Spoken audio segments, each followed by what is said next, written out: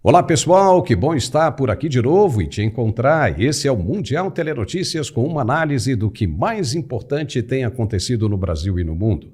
No programa de hoje, nós vamos mostrar que os congressistas americanos não estão parados com relação às coisas que estão acontecendo no Brasil. Você vai ver o que tem de novo sobre esse tema. Mais um ministro do governo Lula é apontado em escândalo de irregularidades e desta vez é contra uma colega do próprio governo.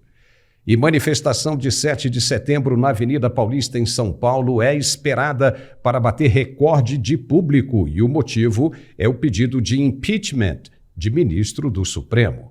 São os destaques que preparamos para você no programa de hoje, que está começando neste momento. Acompanhe com a gente.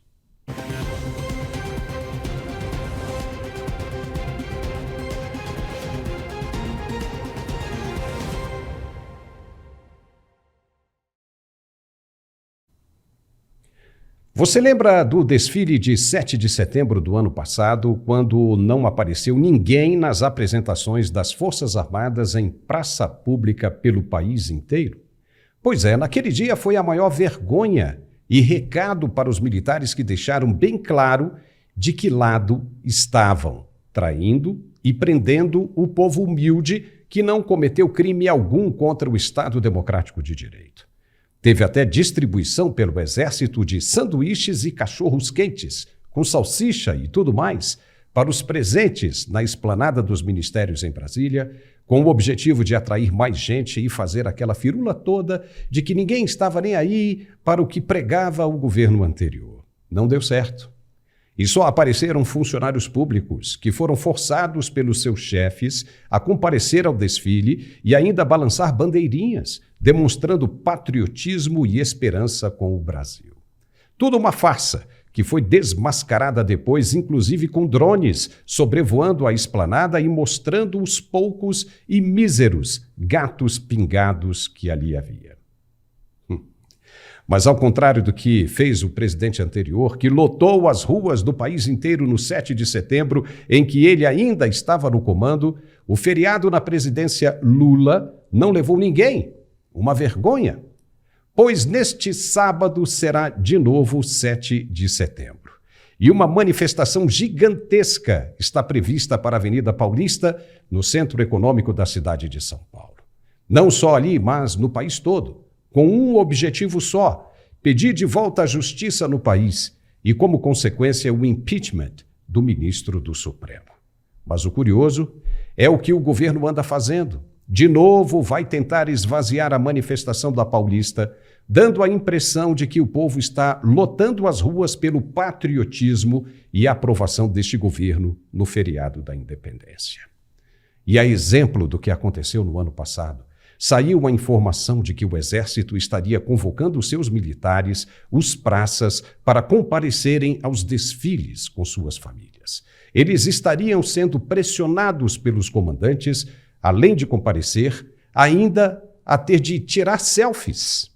Imaginem só, para mostrar que foram mesmo aos eventos. Os militares ainda teriam de abanar as bandeirolas também. Ou seja, a maioria das pessoas que você verá nas ruas aplaudindo os militares, principalmente na esplanada dos ministérios em Brasília e no Rio de Janeiro, será formada apenas pelos próprios militares e suas famílias, sob a suposta pena de ficarem detidos nos quartéis ou ter o dia descontado das férias. Pelo menos isso é o que foi publicado nos sites de notícias.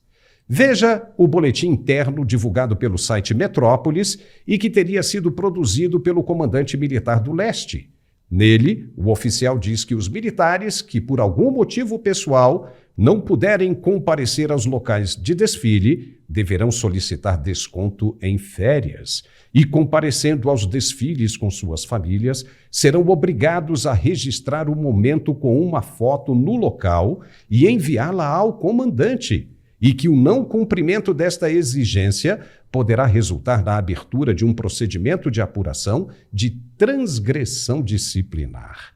Tão logo a informação foi publicada e supostamente checada pelo site Metrópolis, O Serviço de Comunicação Social do Exército negou o ocorrido e soltou uma nota dizendo que essa ordem é falsa. De acordo com o Exército, abre aspas. Cumpre salientar que não houve, por parte do Comando Militar do Leste, qualquer ordem para outros procedimentos. Será aberto processo disciplinar para apurar possíveis transgressões para quem divulgou ordem diversa. Informo ainda que a Seção de Comunicação Social do Comando Militar do Leste não recebeu demanda acerca do assunto. Fecha aspas. Esses são os dois lados dessa história. Há quem diga que foi mesmo uma sacanagem, mas isso já demonstra a insatisfação que toma conta das tropas, soldados, cabos e sargentos e até os oficiais de menor patente. Ou seja, ninguém está mais aguentando essas manobras do governo para com os quartéis. Mas a verdade é que o público não deve mesmo comparecer para prestigiar os desfiles. As arquibancadas deverão ficar quase que completamente vazias novamente, sem contar que as forças estão sem dinheiro até para colocar combustível nos veículos dos desfiles. Já imaginou?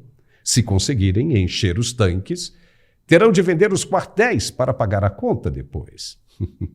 Claro que é um exagero, mas está sendo revelado por todos os meios de comunicação que as Forças Armadas não têm mais dinheiro para nada e, por isso, estão até vendendo os quartéis, isso sim, para fechar a conta do ano. O governo Lula está acabando com as reservas financeiras das Forças Armadas. Mas fazer o quê? Os militares mesmos foram os que pediram isso, esse tratamento e desprezo da nação. E sabe por que não vai haver ninguém nos desfiles? Além dos próprios militares e até alguns funcionários públicos? Porque vai estar todo mundo envolvido nessa causa que foi levantada para o resgate do respeito às normas constituídas. Vai estar todo mundo na Paulista e bem longe dos desfiles militares. Vai ser pior para o governo do que foi no ano passado. E todo mundo sabe de quem é a real culpa disso. Não sabe? Claro que sabe. E ainda teve a questão da licitação da mordomia, do cardápio de luxo exigido para o gabinete do comandante do Exército receber os seus convidados especiais. Isso você também viu. Só que o TCU, o Tribunal de Contas da União, vai chamar agora o representante para explicar essa história de concorrência pública de quase R$1 milhão para a compra de comidas finas. O Exército não precisa disso, já tem de sobra ranchos e taifeiros. Tem nutricionistas. E os ranchos dos praças e oficiais é diferente dos generais, vamos dizer assim, é diferente dos generais, que já contam com tudo de bom e do melhor.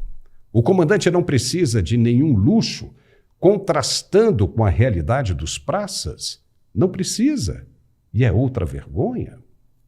Eu vou chamar agora o Coronel Gerson Gomes para a gente analisar essa situação toda do dia 7 de setembro. Gerson Gomes, você que está bem longe, está nos Estados Unidos, para a gente começar, como é que você vê essa degradação sofrida pelas Forças Armadas Brasileiras que está, obviamente, sentindo com a falta de dinheiro? Seja bem-vindo, Gerson.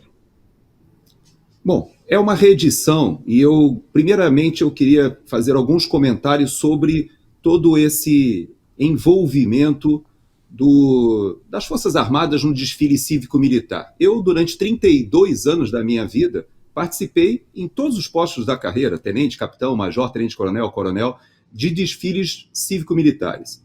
E nós começamos a semana com aquele imbróglio em relação ao MST, desfilar em Brasília.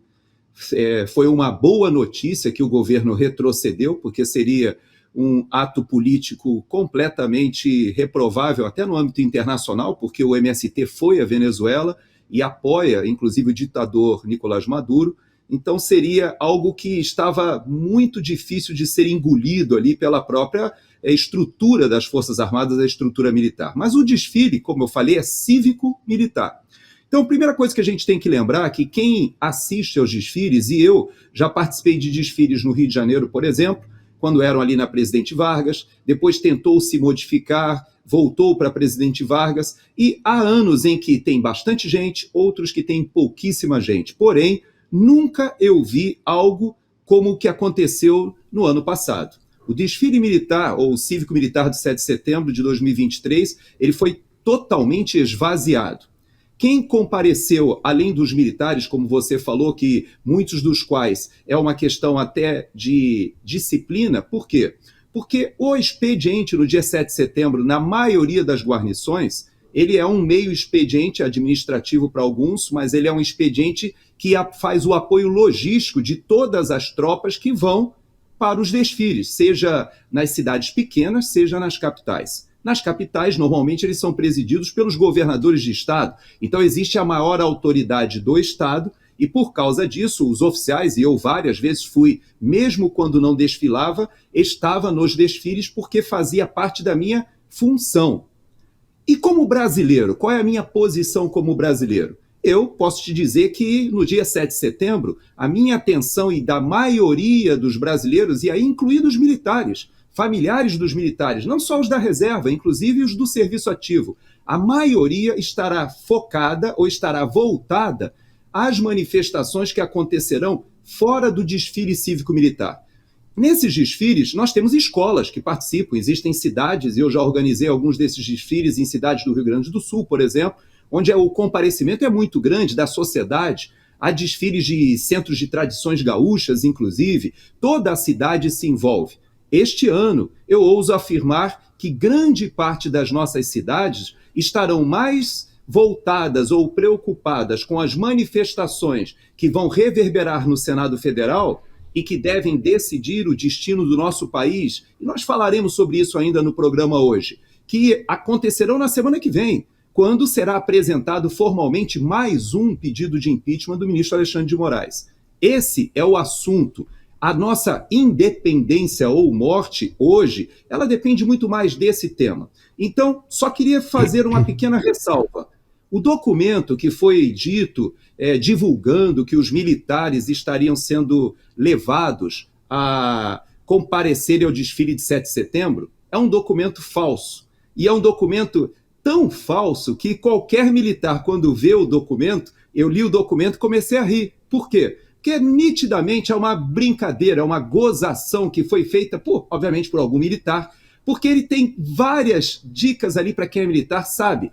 Por exemplo, ele tem um brado que é colocado abaixo da assinatura de tropas blindadas. Essas tropas blindadas ficam no Rio Grande do Sul, não ficam no Comando Militar do Leste. Aliás, eu conheço o comandante militar do Leste e ele jamais daria uma ordem como essa. No entanto, Perfeito. Ele não somente faz uma brincadeira, faz uma provocação, como ele tem uma série de dicas ali, quem lê o documento sabe. Boletim interno assinado por um tenente de uma bateria de obuses. Bateria de obuses é uma subunidade.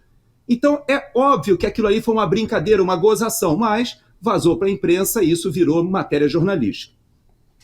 Perfeito, acredito que você esteja correto. Eu só não acho que seja uma brincadeira. Eu acredito que tenha sido realmente uma insatisfação de alguém ali dentro e a responsabilidade será apurada e que isso já representa essa insatisfação, esse nível de insatisfação que existe dentro da tropa. Mas, como nós já sabemos, né, a hierarquia é a palavra-chave dentro das Forças Armadas e obviamente que ninguém vai se manifestar e quando há uma oportunidade de fazer uma sacanagem dessa, obviamente alguém vai fazer para expressar o seu real sentimento. Mas, Gerson, e o que esperar dessa mega manifestação da Paulista, hein? Parece que essa vai ser bem grande mesmo, hein?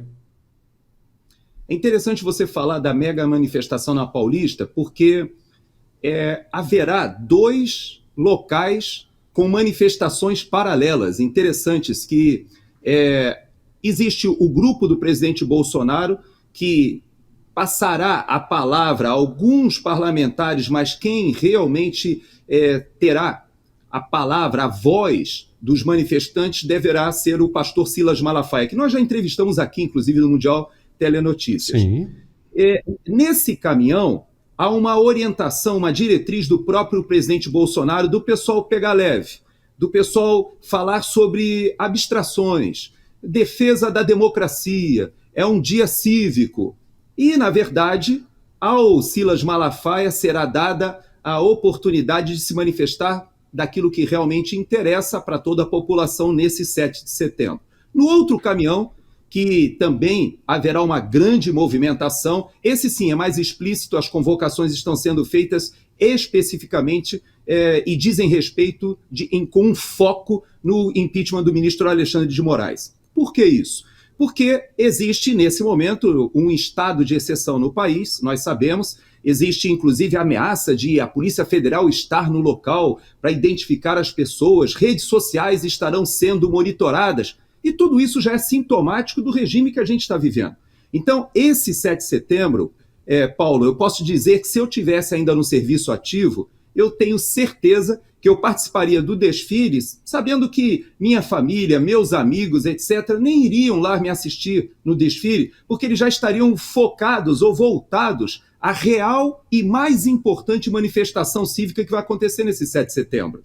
Nós teremos outras oportunidades para comemorar a independência da pátria, mas talvez a gente não tenha outra oportunidade de resgatar o Estado de Direito e até o Estado democrático do nosso país. Então, 7 de setembro é um dia muito importante, de fato, mas para retirar do Supremo Tribunal Federal, pelo menos, na minha avaliação, alguém que já há bastante tempo vem ao arrepio da Constituição perseguindo brasileiros e usando a justiça para perseguição política.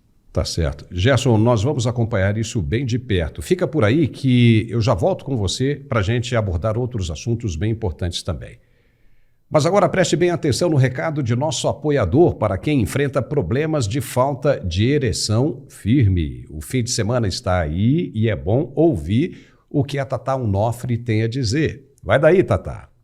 Exatamente, Paulo. Olha, é sempre um prazer falar com você e trazer um tratamento incrível, porque a gente sabe que o homem passa por muitas dificuldades no dia a dia. É o trabalho, o estresse, a rotina, o trânsito. Isso daí deixa qualquer homem muito cansado. E o Max Viril em uma cápsula é uma explosão de vitalidade. O Max Viril Premium tem ajudado muitos homens a tratar, Paulo, ejaculação rápida. A gente sabe que isso aí é um constrangimento. O homem prepara aquele tempo especial, fica preparado, tem vontade, mas não adianta ter vontade de entrar despreparado, porque aí 5, 10, 15 minutos, pronto, acabou. E o Max Viril Premium, gente, a primeira coisa que ele vai fazer é prolongar o seu tempo de ação, aumentar a resistência, ou seja, você consegue ter o controle do seu corpo, o controle da ereção, consegue namorar por mais tempo sem falhar, sem nenhum constrangimento, e é natural, principalmente porque o homem depois dos 30 anos, Paulo, ele também tem uma queda muito grande de testosterona.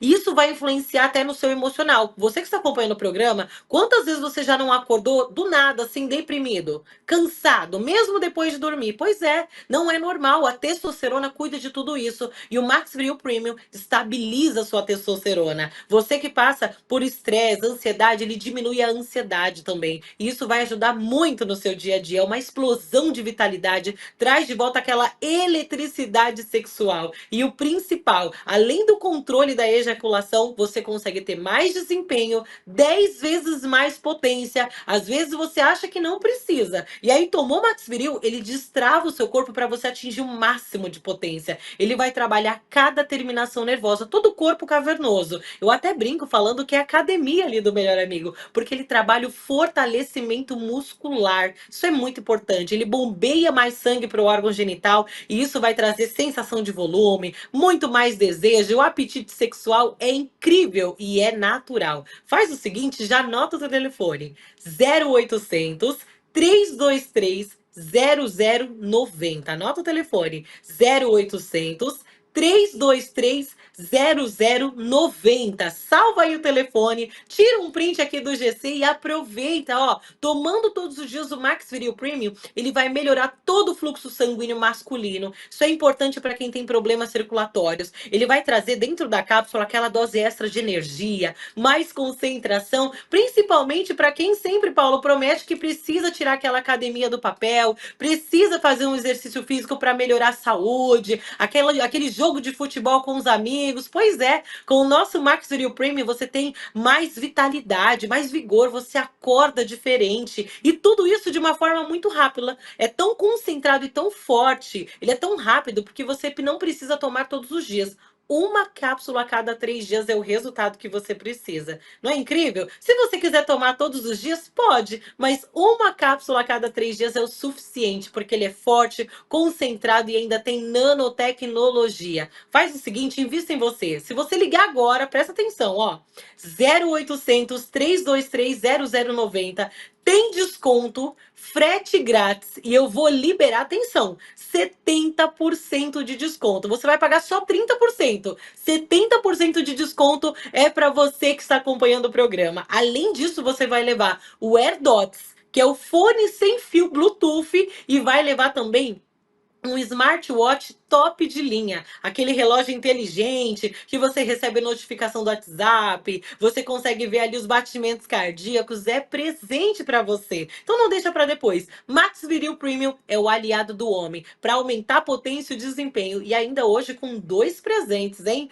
0800 323 0090. Ó, o homem inteligente é o homem que se cuida, hein? Tem que entrar em campo preparado para jogar aquele jogaço. 0800 323 0090, Paulo. E já estamos de volta com o nosso programa e agora nós vamos falar de irregularidades no governo Lula. Parece que ali é a casa da mãe Joana mesmo, um antro de hipocrisia. Como é que pode um ministro dos Direitos Humanos, que é quem deveria combater as agressões contra a espécie e mais ainda contra as mulheres, se envolve em um escândalo sexual dentro do próprio ambiente de trabalho? Como? Silvio de Almeida está enrolado até o pescoço e vamos ver se dessa vez o presidente Lula vai mantê-lo no cargo enquanto ele tenta se explicar. Não será nenhuma surpresa se isso acontecer. O ministro das Comunicações, Juscelino Filho, está até hoje respondendo e trabalhando no ministério. No caso de Silvio de Almeida, vai ficar esquisito, muito difícil mesmo. A vítima é Aniele Franco, ministra da Igualdade Racial. Ou seja, o cara estava querendo pegar a ministra. E acho que a ministra é até casada, não temos certeza disso, mas o cara enlouqueceu o cabeção. E mais um escândalo envolvendo o governo do presidente Lula, que não sabe escolher os seus comandados. É nisso que dá. É só esperar que passa um escândalo e logo depois aparece outro envolvendo os ministros dele. Essa história do suposto assédio sexual a Aniele Franco já circulava entre outros integrantes do primeiro escalão do governo Lula há meses. Ou seja, todo mundo já sabia. E se chegou a estourar agora sem a negativa da ministra, significa que a coisa saiu mesmo do controle do ministro e do próprio governo. Não dá para chamar o cara de bandido porque a justiça ainda não condenou.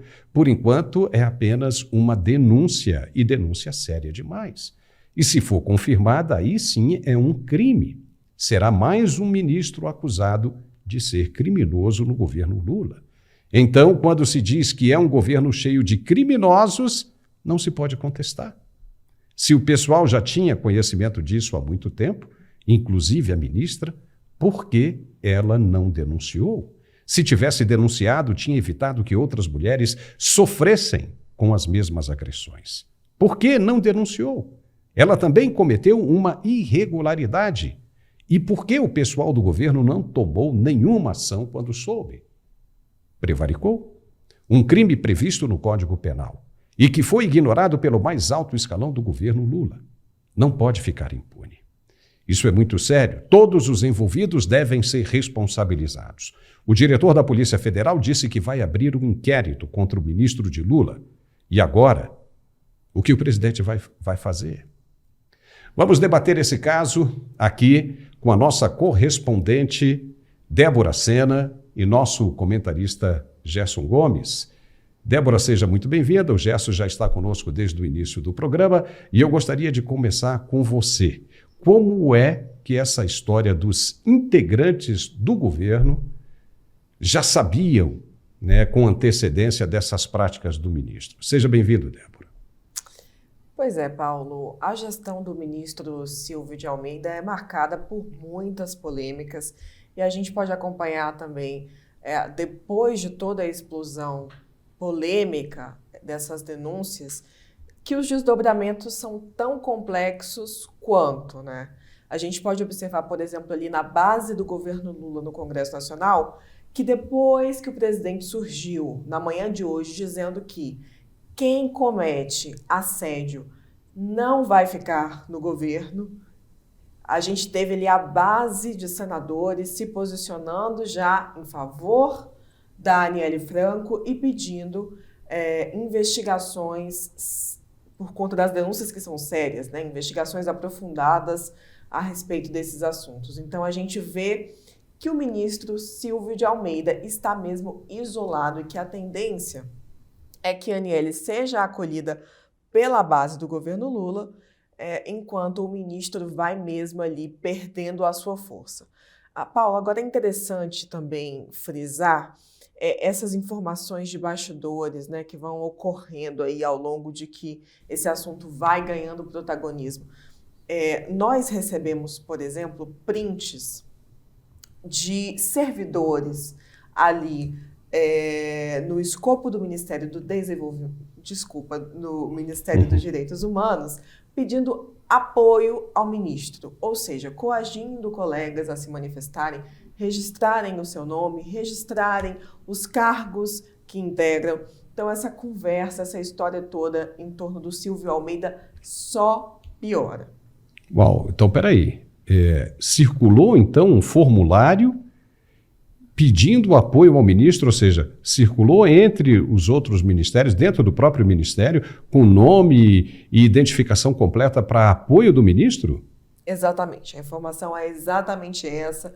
E a gente tem ali um servidor que nós não vamos citar aqui, até porque a gente não tem interesse de expor, né, a identidade desse servidor, pedindo que colegas se manifestem e assinem ali um referendo, um manifesto em favor do ministro e acusando os jornais que denunciam a postura do ministro, né, a possível postura de assédio, de racismo. Então agora a imprensa se tornou racista por dar luz a essas denúncias contra ele. Gerson Gomes, olha só que coisa esquisita isso, né? Porque, veja bem, o ministro dos Direitos Humanos que não se manifesta, por exemplo, com a situação da Venezuela, se manifesta contrário ao que está acontecendo, por exemplo, em Israel, contra Israel, né? Ou seja, sai em defesa da Palestina, mas não sai em defesa dos venezuelanos aí tão próximos, né? Os vizinhos. E o ministro que agora entra numa situação como essa de assédio sexual. Está uma coisa totalmente virada de cabeça para baixo. E ainda mais essa pressão agora para apoiar o ministro é demais, né, não, Gerson?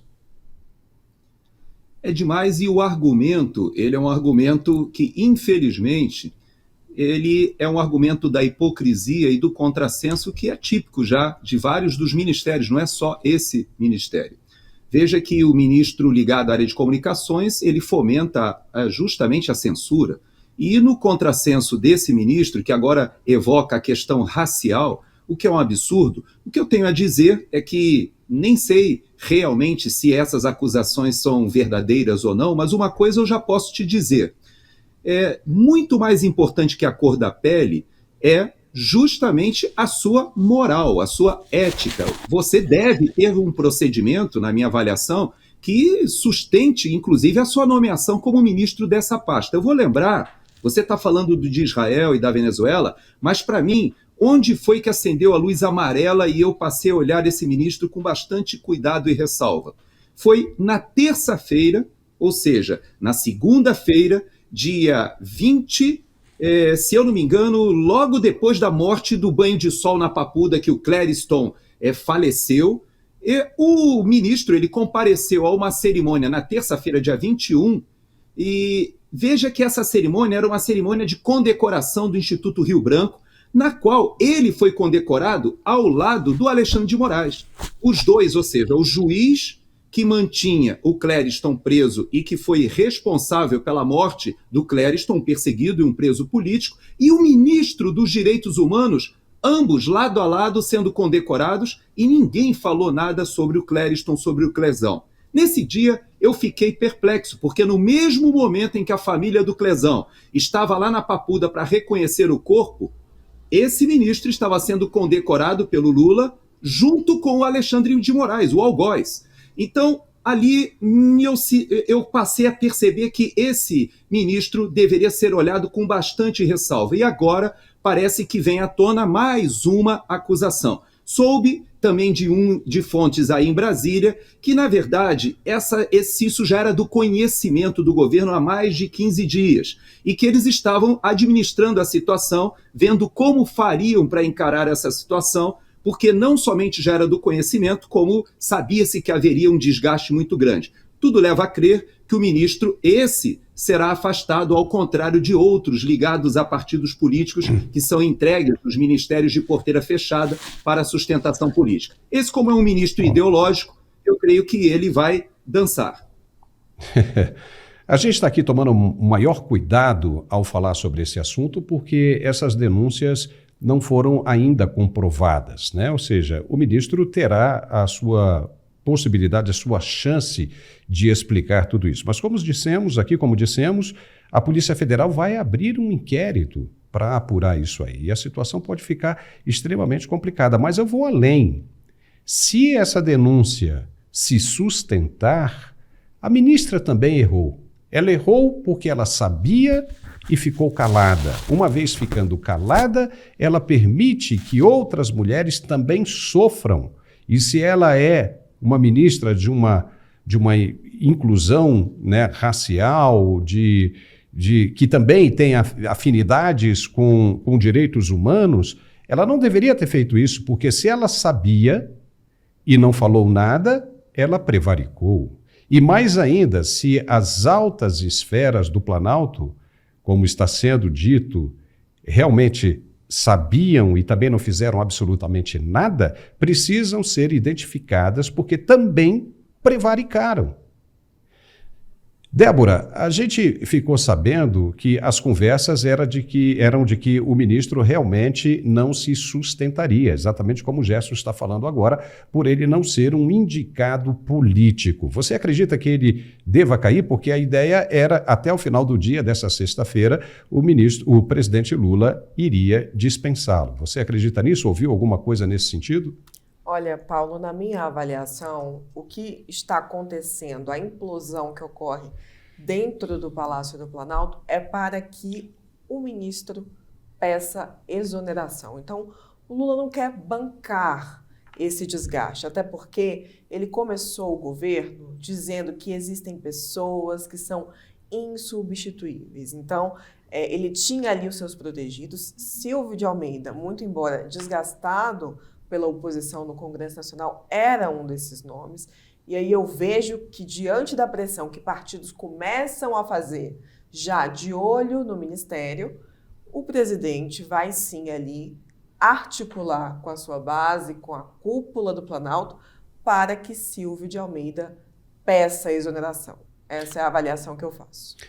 Gerson Gomes, antes da gente passar para o outro assunto, isso aí é um ministério sem muita importância, né? É um ministério que só serve, na verdade, aí para gastar recursos e aumentar a dívida pública do governo. Já não seria aí uma bela de uma oportunidade do presidente esperar aí, aproveitar aí o pedido de exoneração, né, de renúncia, de demissão do próprio ministro e fechar esse ministério? Devolver isso vai ajudar aí a conter os gastos públicos e se aproximar da meta zero para o ano que vem. Você não acha isso? Acho muito difícil. Eu te confesso que esse é um ministério que o próprio presidente Bolsonaro, ele poderia ter tomado essa atitude. O Milei, por exemplo, ele fechou vários ministérios que eram considerados nesse mesmo guarda-chuva, por exemplo, na Argentina. Mas por que o Bolsonaro, ao invés de fechar esse ministério junto com tantos outros, ele transformou ali numa secretaria e colocou, inclusive, a atual senadora Damares à frente dessa pasta? Porque, de fato, o Brasil ele tem várias frentes de defesa dos direitos humanos e várias chagas, várias cicatrizes abertas nessa área. A própria Damares, ela levantou a questão da exploração das crianças, a exploração sexual, do tráfico de crianças na Ilha do Marajó. Mas o interessante é que esse próprio ministro, ele fez uma acusação contra a Damares, e inclusive essa acusação fez com que o X retirasse postagens na época. Veja como são as coisas. E agora, ele que deveria ser um defensor dos direitos humanos, não somente das minorias raciais, mas, sobretudo, daqueles brasileiros que, por exemplo, hoje estão com tornozeleiras eletrônicas, estão sendo perseguidos políticos. Essa é uma das bandeiras mais importantes no mundo nos direitos humanos, justamente a perseguição política. E hoje o Brasil tem exilados políticos, presos políticos, pessoas que de fato estão com sentenças de 16, 17 anos exatamente por uma tentativa de golpe de Estado,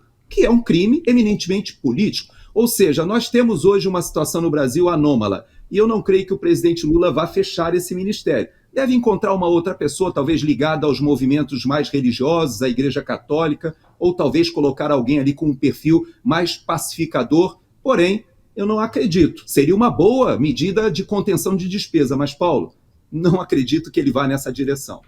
Tá certo. Débora, e como é que está a questão da PEC da anistia na Câmara dos Deputados? Que informação você traz para a gente? Pois é, a presidente da CCJ nos surpreendeu pautando a PEC da anistia. O relator da PEC, o deputado Rodrigo Valadares, era inclusive alguém bastante otimista sobre esse cenário, sobre o cenário de avanço da PEC ali nos bastidores do Congresso, mediante os bastidores do Congresso.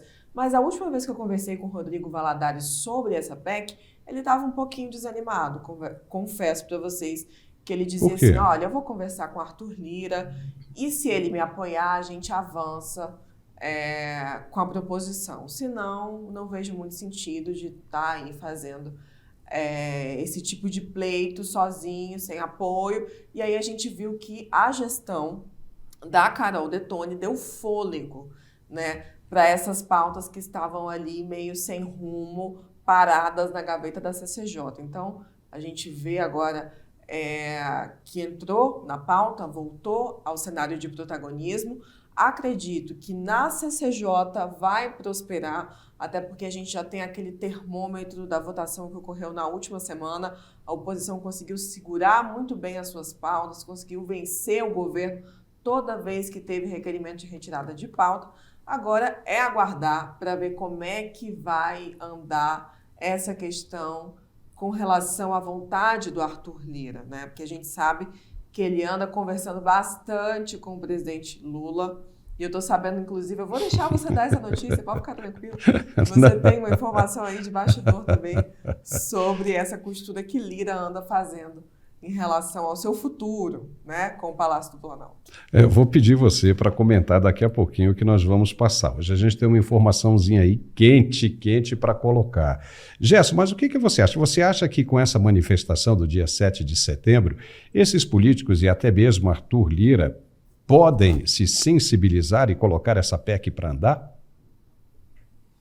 Esse é um assunto que está na pauta, inclusive, e a Débora até pode colocar para a gente detalhes dos bastidores, das eleições das mesas do Senado e na Câmara no ano que vem. Veja que o próprio Alcolumbre, dizem, ele está negociando com a oposição que ele apoiaria essa PEC ou esse projeto de lei de anistia para os presos políticos no Brasil. A discussão, inclusive, já chegou a avançar se ela alcançaria o próprio presidente Bolsonaro, veja só, tornando ele elegível para 2026. Não sei se vai avançar nessa direção, mas uma coisa eu posso te afiançar.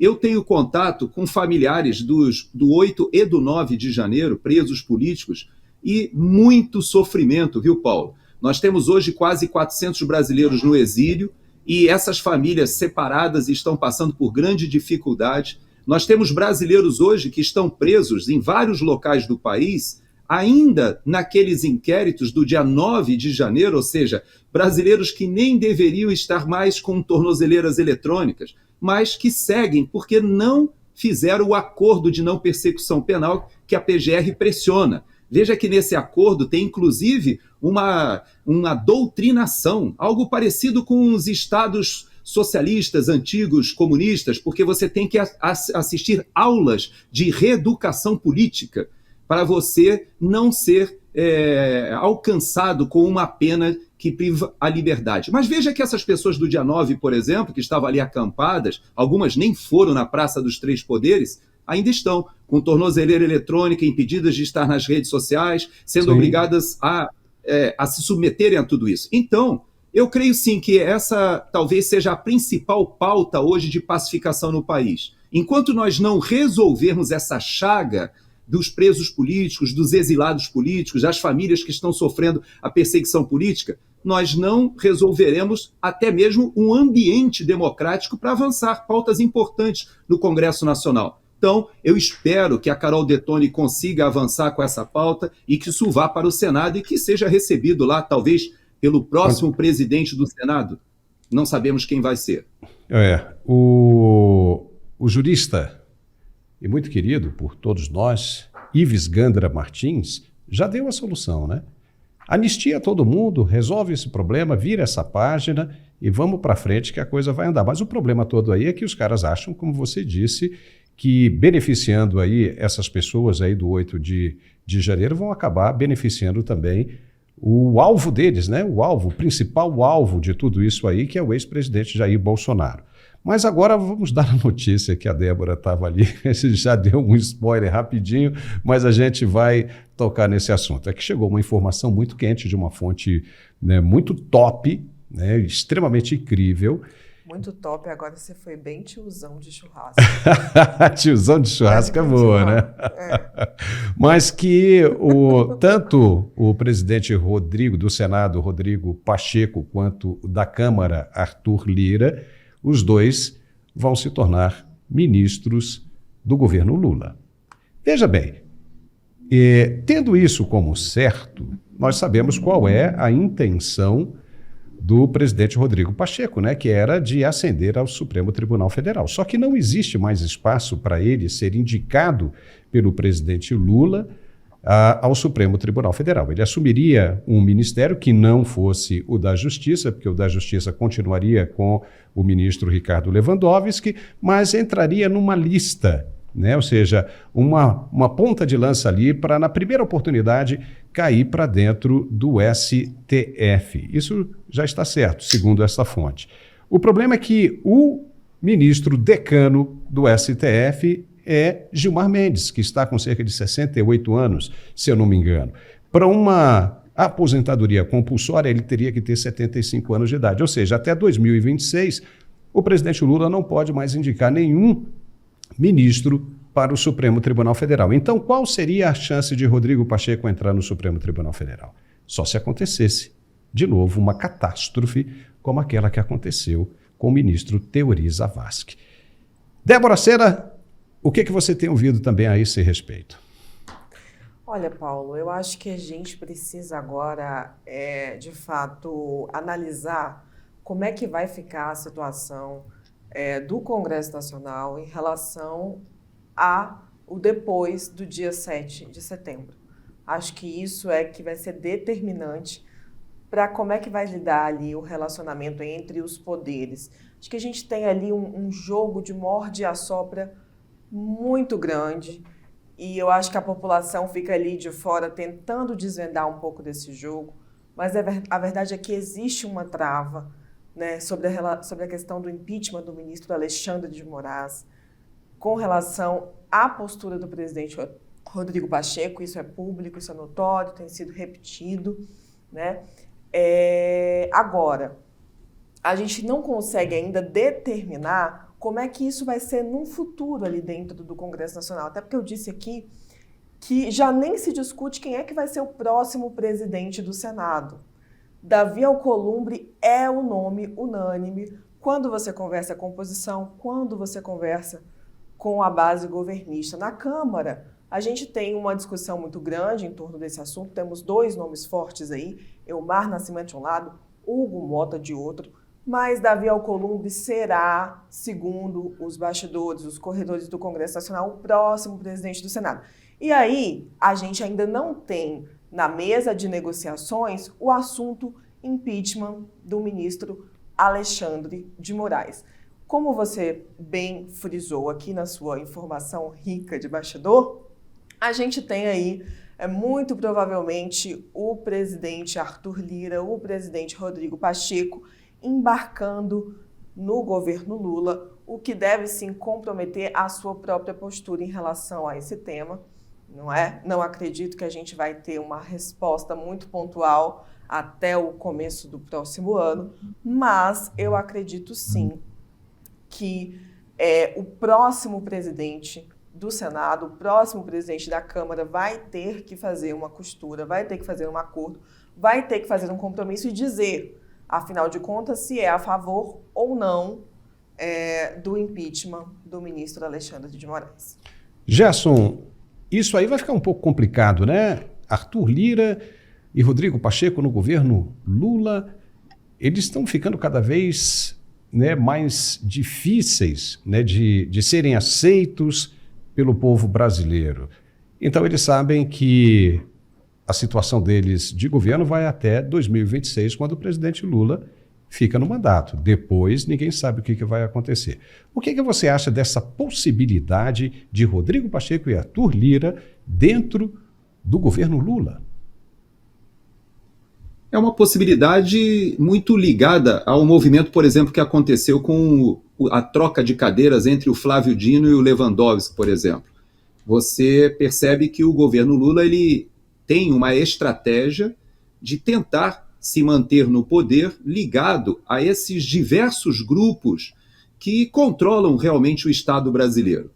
É muito importante a nossa população ter uma maturidade em relação ao processo do Congresso. Esse Congresso, ele reflete todo um sistema político que está corrompido e está corroído desde a nossa Constituição de 88. Ele vem, de certa maneira, sendo aperfeiçoado com avanços e recuos, mas hoje nós chegamos num momento em que nós temos, sim, algumas lideranças regionais. Muitas vezes ali você vê o Renan Calheiros brigando com os interesses do Arthur Lira, ali, ambos de Alagoas. A gente vê ali no Maranhão o Flávio Dino, que deixa todo um rastro ali dos seus dois governos, mas que tem forças políticas que são antagônicas. Então, o Nordeste ele é muito rico nesses exemplos para a gente. Mas os interesses do país, eles normalmente são deixados de lado e os nossos partidos políticos não têm uma ideologia definida.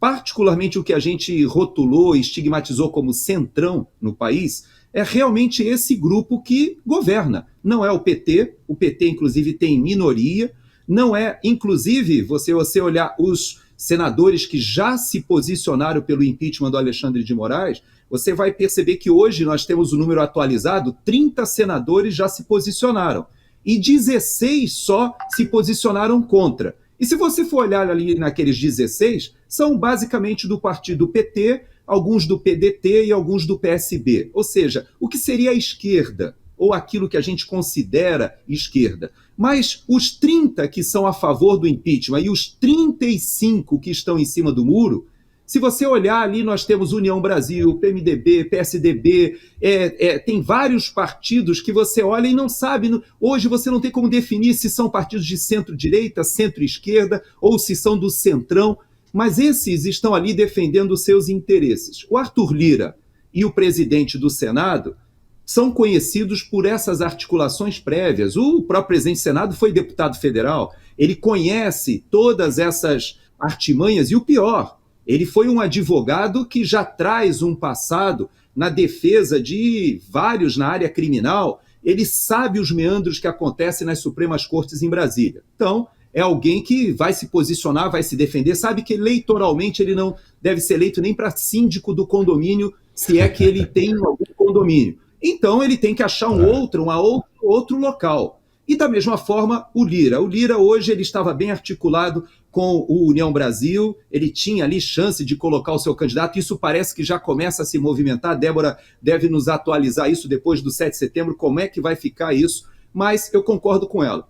Eu creio que somente depois do 7 de setembro, depois de nós entendermos esses 35 indefinidos senadores para onde eles vão, nós temos muitos deputados que assinaram o pedido de impeachment, os senadores, como nós falamos aqui, né, no programa, não assinaram por uma estratégia, né, de não se comprometerem na hora do voto, mas eu creio que segunda ou terça-feira a gente vai ter mais claro o que vai acontecer no Congresso Nacional. Vai ser realmente colocado aquela estratégia de parar o Congresso Nacional?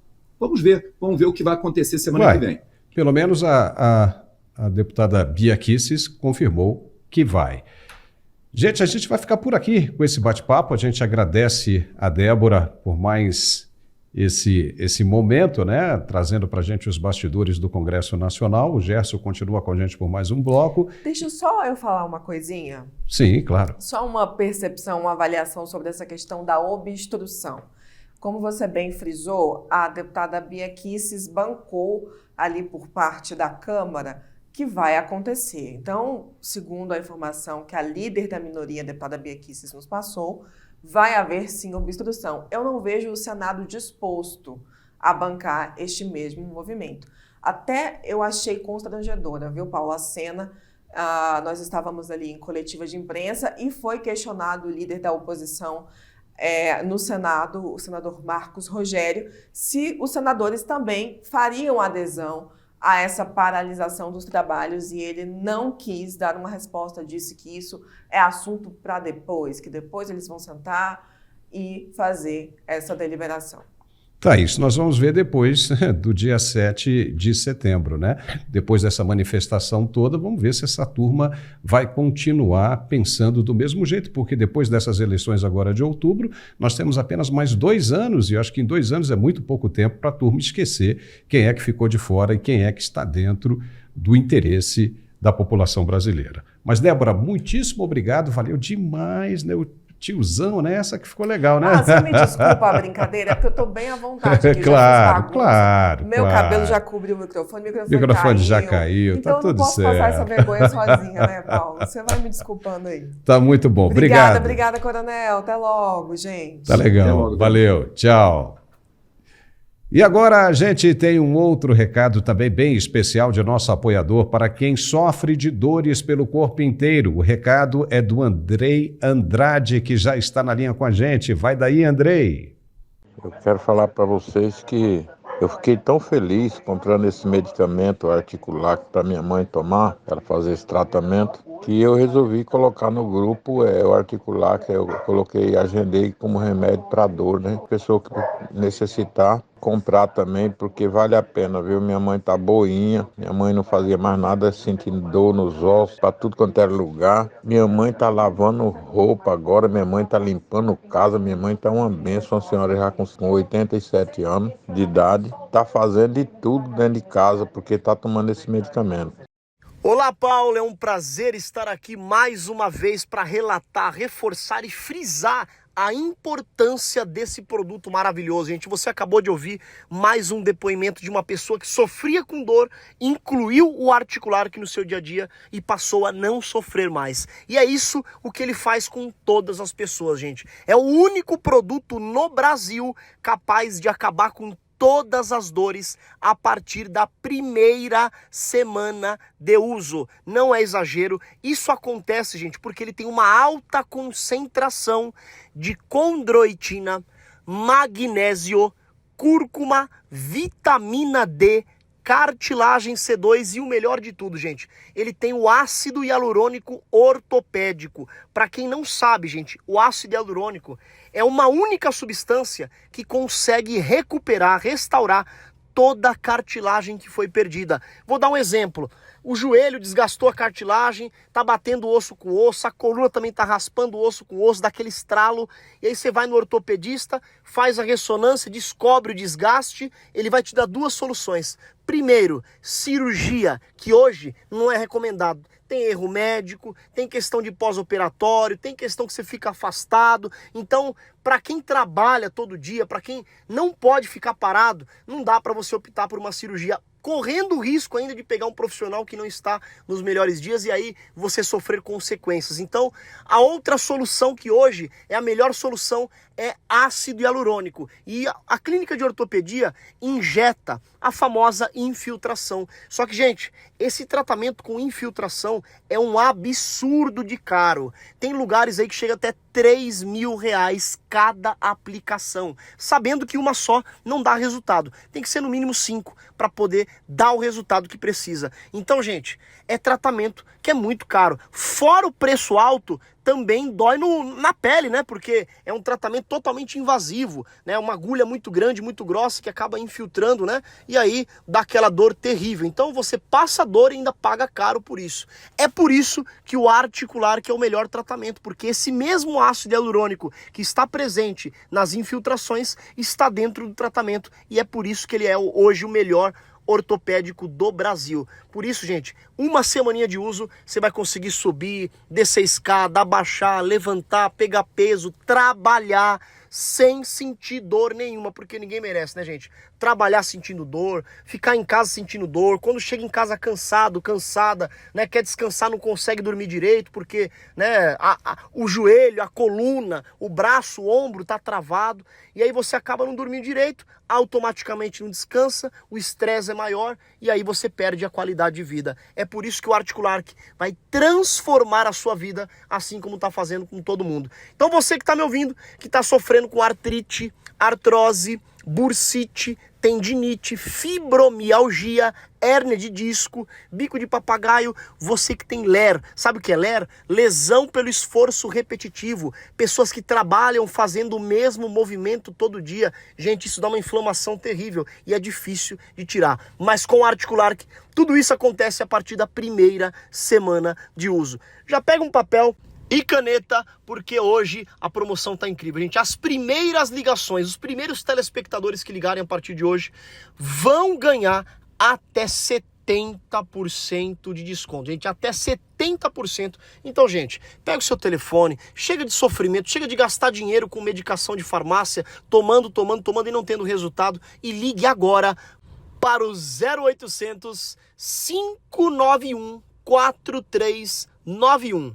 0800 591 4391. A ligação é gratuita, você vai ser recepcionado pelo especialista em saúde que vai te atender, te avaliar e pode ter certeza, você a partir de agora vai ser acompanhado e o seu tratamento, eu garanto que você vai ter resultado, vai parar de sentir dor, vai parar de gastar dinheiro com medicação e vai ter uma nova vida. Mas para isso, tome uma atitude e ligue agora. 0800 591 4391. E ainda para quem ligar hoje vai ganhar o kit de pomadas. São 2 pomadas massageadoras, pomadas de fabricação própria, pomadas com ingredientes poderosíssimos. Tem erva baleeira, tem magnésio de malato, colágeno, tem também gengibre, arnica, camomila. Gente, são pomadas massageadoras. Uma é para você passar de manhã e a outra de noite antes de dormir. E hoje você ainda recebe o relógio inteligente, o tapete massageador para os pés e o melhor, vai ganhar o massageador profissional também, hein? É isso aí, tudo isso de presente para você ter uma melhor eficácia, um melhor resultado e mais rápido, porque quem tem dor tem pressa, né? Quem tem dor não quer esperar, quem tem dor quer algo para resolver rápido e o Articular é isso. É só você ligar 0800 591 4391. 0800 591 4391.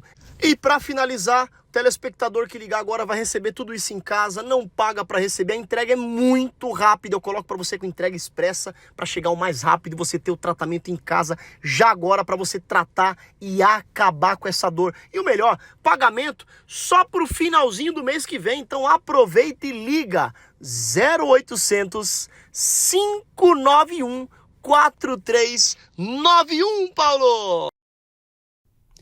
E já estamos de volta com o nosso programa de análises. Deputados e senadores brasileiros tiveram um encontro muito importante na noite desta quinta-feira em Washington, nos Estados Unidos. Os deputados Eduardo Bolsonaro e Marcel Van Hatten o senador Eduardo Girão e a juíza Ludmila estiveram rapidamente com a deputada americana Maria Elvira Salazar, dos republicanos. O jornalista Paulo Figueiredo também esteve presente ao encontro. Muita coisa está acontecendo neste momento e bem caladinho, bem pianinho. Ao que tudo indica, uma reação do governo americano está sendo preparada contra os exageros cometidos pelo judiciário brasileiro. O pau vai torar. Gerson Gomes, você está por dentro deste encontro com a deputada Maria Elvira Salazar, não está? Por favor, nos dê mais detalhes. Bom, primeiro, vamos registrar aqui o nosso aplauso, né, o nosso reconhecimento do esforço que está sendo feito pelos nossos parlamentares. O senador Girão e o Marcel Van Hatten, eu me lembro que eles publicaram na madrugada que estavam saindo do Congresso direto para o aeroporto para vir aqui para os Estados Unidos, isso de quarta para quinta, e ontem eu estava fazendo o programa, tanto do Braddock Show quanto do próprio programa que eu faço com o Fernão Lara Mesquita, e nós já estávamos informados que eles estavam chegando aqui já com a passagem marcada hoje para voltar para o Brasil. Então, você veja que é uma viagem de menos de 24 horas, eles vieram do Brasil aqui, se reuniram com a Maria Elvira Salazar, que hoje é uma das representantes, junto com o Chris Smith, que mais conhecem a crise brasileira, conhece os desdobramentos e sabe o que está acontecendo tanto no governo federal quanto no próprio Supremo Tribunal Federal. Veja que ela é aquela representante que você lembra muito bem, você trabalhou com ela, inclusive, quando ela era jornalista aqui na Flórida, e ela aparece no parlamento americano, no Capitólio, com a foto, né, do Alexandre de Moraes, dizendo: esse é o tirano que está subjugando a democracia no Brasil. Então, é muito séria isso. Agora, houve realmente uma atualização, eles passaram para ela a 2 senadores republicanos que neste momento, inclusive os 2 da Flórida, estão engajados com o problema da Venezuela e do Brasil. É interessante que mudou muita coisa, viu, Paulo, do tempo que você morava aqui na Flórida para agora. Hoje o Brasil entrou em todas as conversas como um país marxista, como um país tirânico, como um país que é avesso, inclusive, aos grandes investidores internacionais. E isso está reverberando, inclusive, nos grandes canais de televisão. E você deve ter acompanhado, a própria Fox News fez um programa com investidores estrangeiros em que eles se dizem perplexos com o que está acontecendo, porque o Brasil é conhecido por um ativismo muito grande nas redes sociais, há uma aderência da população à tecnologia, nós temos mais celulares no Brasil do que população, então todos enxergavam o Brasil como um país aberto à comunicação e, de repente, estamos sendo vistos como um país censurado. E o representante do equivalente à Anatel nos Estados Unidos, que fez duras críticas ao governo brasileiro e ao judiciário por ter bloqueado o X no país. Junta-se a isso a questão desses investidores que você está falando, a temperatura acaba subindo, né, Gerson? Como é que você, que está aí no exterior, está tendo acesso ao X à vontade, pode enxergar, pode ver isso que está saindo? Fala para a gente, por gentileza, como é que está essa questão dessa pressão do representante da Anatel sobre essa questão do Brasil de suspender o X. Pois é, então, você veja que eu estou até com um documento original aqui aberto na minha frente, um documento em inglês, que é assinado pelo Brendan Kerr, e é do Federal Communication Commission, que seria mais ou menos similar ao que seria a nossa Anatel, mas aqui existe realmente uma pegada mais privada, né? Não é o governo, mas são as próprias empresas que fazem a sua autogestão, autocontenção, autorregulação, vamos dizer assim. O governo interfere muito pouco, mas ele ficou perplexo porque existem grandes investimentos em andamento. O que foi feito com a Starlink reverberou aqui muito mal. Eu pego aqui um pedacinho só do documento dele que me chamou muita atenção, é quando ele diz o seguinte, que de fato, para os líderes de negócios aqui nos Estados Unidos, ficou uma questão aberta se o Brasil vai se transformar em um país, olha o termo, uninvestable, ou seja, uninvestable, quer dizer, você não pode investir no Brasil, ou seja, um país que você deve evitar para colocar o seu dinheiro. Então é muito sério, sabe? Eu creio que, Paulo, o que nós estamos vivendo, as pessoas ainda não entenderam, principalmente os senadores, a responsabilidade que eles têm de conter o que está acontecendo. Existe a possibilidade, nós temos aqui o próprio senador Girão trouxe essas informações, volta a Fortaleza, ele participará do 7 de setembro lá, os outros vão a São Paulo. Aliás, eu deixo aqui uma ressalva, eu quero fazer na tua presença, porque eu fiz uma brincadeira ali na segunda-feira com o nosso senador Sérgio Moro, você o entrevistou na terça-feira. Ontem eu comecei o meu programa com o Fernão Lara Mesquita e o Sérgio Moro ainda estava em cima do muro. Mas quando eu cheguei no Braddock Show à noite, ele já figurava entre os 30 que saíram do muro, e agora ele está ali nos que estão apoiando. Então, você tem razão, os senadores precisam entender que há grandes repercussões econômicas para o país, e a gente está vivendo uma quadra em que a gente não pode prescindir do capital externo. É isso aí. E também está sendo divulgado, Gerson, uma festa dada pelo cantor sertanejo Gustavo Lima no exterior, que contou com a presença de um executivo de empresas de apostas. Esse executivo que está sendo, inclusive, investigado no Brasil. Mas o que chamou mais a atenção foi a presença de pessoas que não deveriam, de jeito nenhum, estar ali, como, por exemplo, o governador de Goiás, Ronaldo Caiado, e também, pasmem, o ministro do STF, Nunes Marques. Oh, boy! Fala mais pra gente sobre isso, Gerson. Pois é, esse é um assunto que preocupa, de fato. O ministro, pelo que ele declarou, ele estaria ou está na Europa, porque parece que ele ainda permanece na Europa, em compromissos acadêmicos na Itália. É um pouco difícil, né? Nessa época, você sabe muito bem que a gente ainda está saindo do verão, né? Eventos acadêmicos, eu não sei que evento seria esse. De todo jeito, ele argumenta que ele estava pela Europa, ele continua participando das sessões remotamente, ou seja, as sessões virtuais continuam acontecendo, então, dia de semana, ele deveria talvez estar em Brasília despachando, mas ele está na Europa. Diz ele que foi ao aniversário, eu creio até que o aniversário era de 30 anos, ou uma coisa assim, ele é um jovem, né, o aniversariante, né, na ilha de Mykonos, né, 35 anos do cantor Gustavo Lima. E foi feita uma festa muito rica, uma festa com um iate alugado, com várias pessoas presentes, e é estranho a presença de um ministro nesse momento. Veja que sobre os seus ombros estavam depositadas ali algumas esperanças de autocontenção do Supremo Tribunal Federal. Há uma ação do Partido Novo, que está voltada a essa questão do X, mas há uma questão também que a OAB levantou, muito importante, de todos os brasileiros que podem estar sendo multados por usar VPN, segundo o ministro Alexandre de Moraes, estariam utilizando de artifícios tecnológicos, como se os brasileiros estivessem arrolados no inquérito. Então é estranho você multar uma pessoa que não faz parte de um processo, e isso está sendo levantado pela OAB. O ministro decidiu levar isso para o plenário. Isso é bom, por um lado, porque levanta o debate, a gente vai conhecer as ressalvas que podem ser feitas ali, ou o bom senso sendo restabelecido, ou o corporativismo vai prevalecer. Ele pediu também a posição da PGR, da Advocacia Geral da União, ganhou tempo, né? Talvez para acabar os seus compromissos na Europa e voltar para o Brasil. Não, e mais uma coisinha, vai ser transmitido pela TV Justiça. Isso vai ser interessantíssimo, né? Porque o Brasil inteiro vai poder acompanhar essa decisão ali, ao vivo e a cores.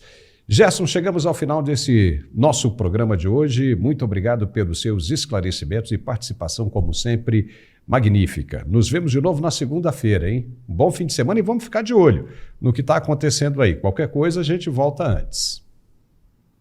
Até segunda, depois do 7 de setembro, mais importante, talvez, das últimas décadas no Brasil. Vamos lá.